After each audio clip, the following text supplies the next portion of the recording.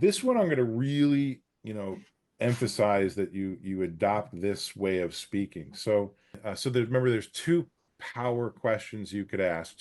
One of two versions. You can ask the decedent question. So Jim, Leo, what happens to Jim if you die?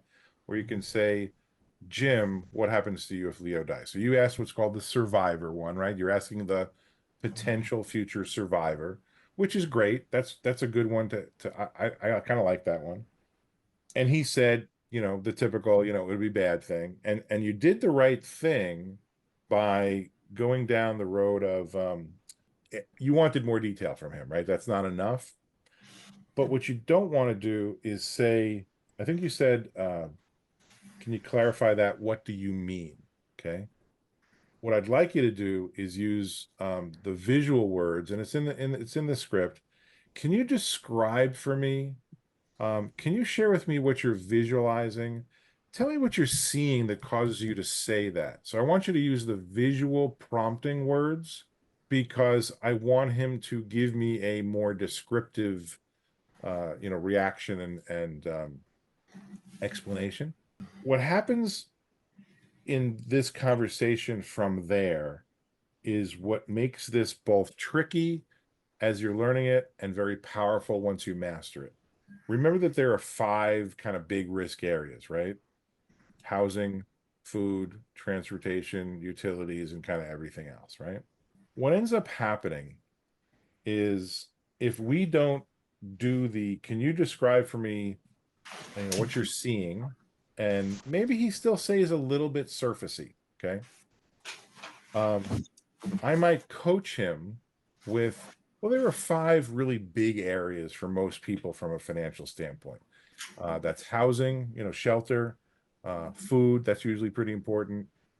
Utilities, water, heat, light. I might even throw internet into that. It's almost become an essential utility for people to live these days. And then transportation, car payment, gas, insurance, and then kind of everything else. Everything else we have to pay money for. So in thinking about that, what are some of the largest bills like in that list? And they're going to usually say, I mean, housing and food. The reason I put them in that order is that's the right numerical order in terms of just dollar size. Now, if you own some, big pickup truck that has a $750 a month payment, that might be more than your food. I don't know. If that's the case, you might have you might have things backwards a little bit. But so housing, food, transportation, utilities. So that's why I put it seems odd. Like, why wouldn't you do like housing and utilities? Because I'm trying to do it in dollar order. If I'm going to have a conversation, I want to go from largest expenses down to smallest expenses. Okay. So so what happens, Jenna, is if we don't have them describe this in a little bit more detail, what ends up happening is you go on a little bit of a fishing expedition. What happens is you start trying to, would you just say something emotional? You know what I mean? Like and Jim was being a little bit matter of fact there. Okay. And so you you kind of throw out like, how would your kids be impacted? That was a little too soon. Okay. Okay. Because I want to use the kids impacted probably more around like the house being foreclosed on. Now, later in the conversation, you came back to it and you kind of talked about the schools and the apartments and all that kind of thing. And Jim was being, a smart cookie there where, the home and, how soon can you be evicted? 90 days. Most people don't know. Most people are not going to have the 90 days at their fingertips. Okay. So that's a lesson for all you role play partners. Give your role player a chance to kind of do their thing, to do their razzle dazzle. When you said the question, what would you do, right? And then you started to actually give him the answers. Okay. Yeah. Remember, we're a conversational coach. I really want you to remember that we're a conversational coach trying to help him have a conversation either with Leo or with himself that he hasn't had before, hasn't asked the questions, doesn't know what the right answers are. So we are prompting him, but not rescuing him. We're not giving him answers. So, like on the impact in the kids, you asked the impact on the kids, but then you kind of started to give him, like the school and the neighborhood. It's like we need him to tell it. We need him to visualize it. So, when we think about the house being foreclosed on, what does that look like for your kids? You know, like in terms of just their stability, having lost a parent and now they're home. What does that do to them? See, that's the kind of question where now he's going to really be feeling it, seeing it, and he has to describe it. Because with kids, it's all about, you've actually heard the phrase, right? Providing a stable home life, right? It's kind of one of the roles of a parent. Well, they just lost a parent. That is incredibly destabilizing, incredibly emotional, hard to really even really figure out how each individual child reacts to it. Some shut down, some go kind of nuts, some have behavioral, psychological, emotional problems, right? So if we don't make this emotional, he's going to be like, oh yeah, I'll just go back to work or get a job, and it'll all be good. Well, wait a minute, your kids just lost a parent, and you're now going to be gone from the house 10 hours a day, and the kids are 2 and 4. I'm not getting it. Now, we don't say it that way, but that's, kind of where we need to go. So I want you to do like more depth into this, and your best, most emotional topic and your largest dollar amount number is the housing, is their shelter, right? And I need him to kind of tell me about having to move to the bad neighborhood with now bad credit. So like you got to ask more questions about think about this, the cascade of events that happens as a result of a mortgage foreclosure, right? Let's talk about having to pack up the house and put it all in a U-Haul. Where are you going? What is that like for the kids to have to leave their neighborhood friends, teachers, school? What's it like being the new kid at school, just regular, without having lost a parent?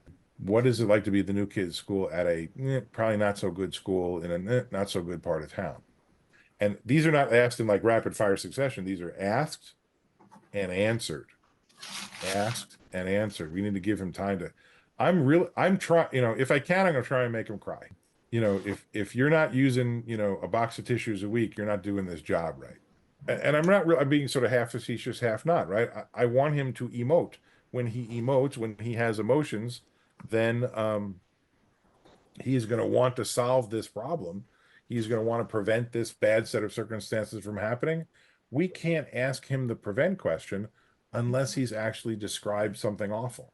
Right now, I would say he's almost administrative in his tone, not emotional in his tone. You know what I mean? I'm going to spend quite a bit of time in the home. The food thing, you got to kind of tread delicately. What I just say is, let's just talk nutrition. What's it going to be like being in the grocery store and having to make food purchase decisions based on budget versus nutrition for your kids and yourself? The $99 completely nutritionally devoid, probably made with all kinds of chemicals, white bread, or the 21 grain super fiber mega wonder super duper bread, the super cheap meat or the really good meat, that kind of thing. So food straightforward. Utilities are easy because it's either you have the money to pay for them and you're going to be in the dark, you're going to be cold, you're going to be dry, thirsty.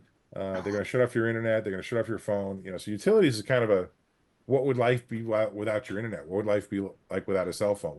All these things.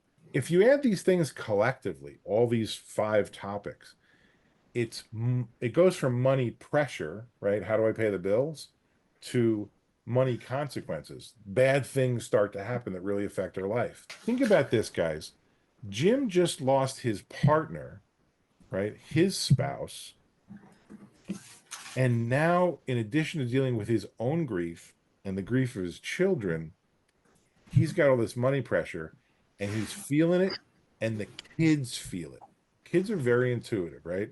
They can see if the parents are cool or if the parents are not cool. And when the parents are like, sobbing in their bedroom at night and they think nobody can hear them, the kids are hearing it and they're seeing the pile of bills on the table and the hands in the air. That's what you need to get him to see. This is not an administrative conversation. This is not, we're going to remember, we're going to get to the required resources conversation and the bills and the remaining bills. This is an impacts and consequences question. We need to be talking about and getting him to talk about the consequences, because it's a slide, right? It goes from can't pay, lots of notices, lots of threats, lots of bill collectors, and then off, off, off. for things that people can shut off, and then take away, like foreclosure, repossession, etc. Right? So things start to get taken away from us, and our life all of a sudden gets really, really, really small and really, really desperate. That's the conversation you're trying to have with him and make him feel like that's actually happening right now. And then at some point, when you've tortured him enough, you can say, Jim, what you've described here in very vivid terms, it's obviously really awful. And if you had the power to prevent that from ever happening to your kids, would you ever allow it to happen? Would you not? Okay. Let's take a look at what resources would be required to make sure that doesn't happen. You can't ask that kind of power prevention question unless he's really been viewer a little bit. And I'm not trying to torture him for fun. You're having a hypothetical conversation because you're trying to make that reality. Because if we don't have this conversation and it really happens, then it's really going to be reality, and he's really going to be dealing with this stuff in real terms, and you're trying to prevent that. So we need to go deeper. Close your transition into the required resources conversation. Everything else was perfect. This is really common. You're kind of in the game, and you're there, but it's sort of like, I need you to kind of fully jump into the wind tunnel, like you're kind of putting your head in and pulling it back out. I need you to get into his visuals and emotions, and it will really help if you say, so think about it, it's two levels. If the money's gone, what that's going to be like. He says awful, terrible. You push him a little bit. Describe, visualize. What are you seeing? Paint a picture for me, right? Describe, visualize, paint a picture. Those are the three, what are you seeing? So there's like 4 different ways to ask visuals. He's going to give you level 2. Oh, well, yeah, he might give you more detail. He's going to start listing things that wouldn't get paid. That's level 2. Level 3, what are the impacts and consequences of the payments not being made? The fact that you're not going to be able to pay bills is almost like a duh. Like, well, of course. What happens when you can't pay the bills? I need him to say things are going to get shut off, things are going to get taken away. So that level 3 is the shut off stuff, the taken away stuff. Let's call it 3 things: taken away, and then can't buy. Never actually described it that way, but I just kind of saw it that way. So there's 3 levels of money impacts. Things are going to get shut off where they have control, right? Internet, water, whatever. Things are going to get taken away, car repossession, foreclosure, and things you can't buy: good food, birthday presents, dinners out, new clothes, sports, anything that's semi-option. Okay.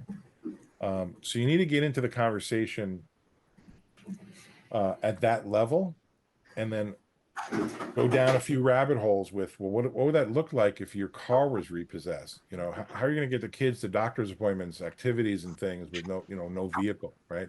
How are you going to acquire another vehicle if you can't make the payments and you have bad credit? See, these are the impacts and consequences. And so it is really can be financial devastation. And if he's not working now, the chances of him getting a job, quickly enough and compensated well enough to replace a primary income earner, it's not going to happen fast. And then again, there's a consequence of him going back to work and now leaving these 2 kids without their father, right? So what's going to happen to the kids? Especially, this is especially important if the kids are little.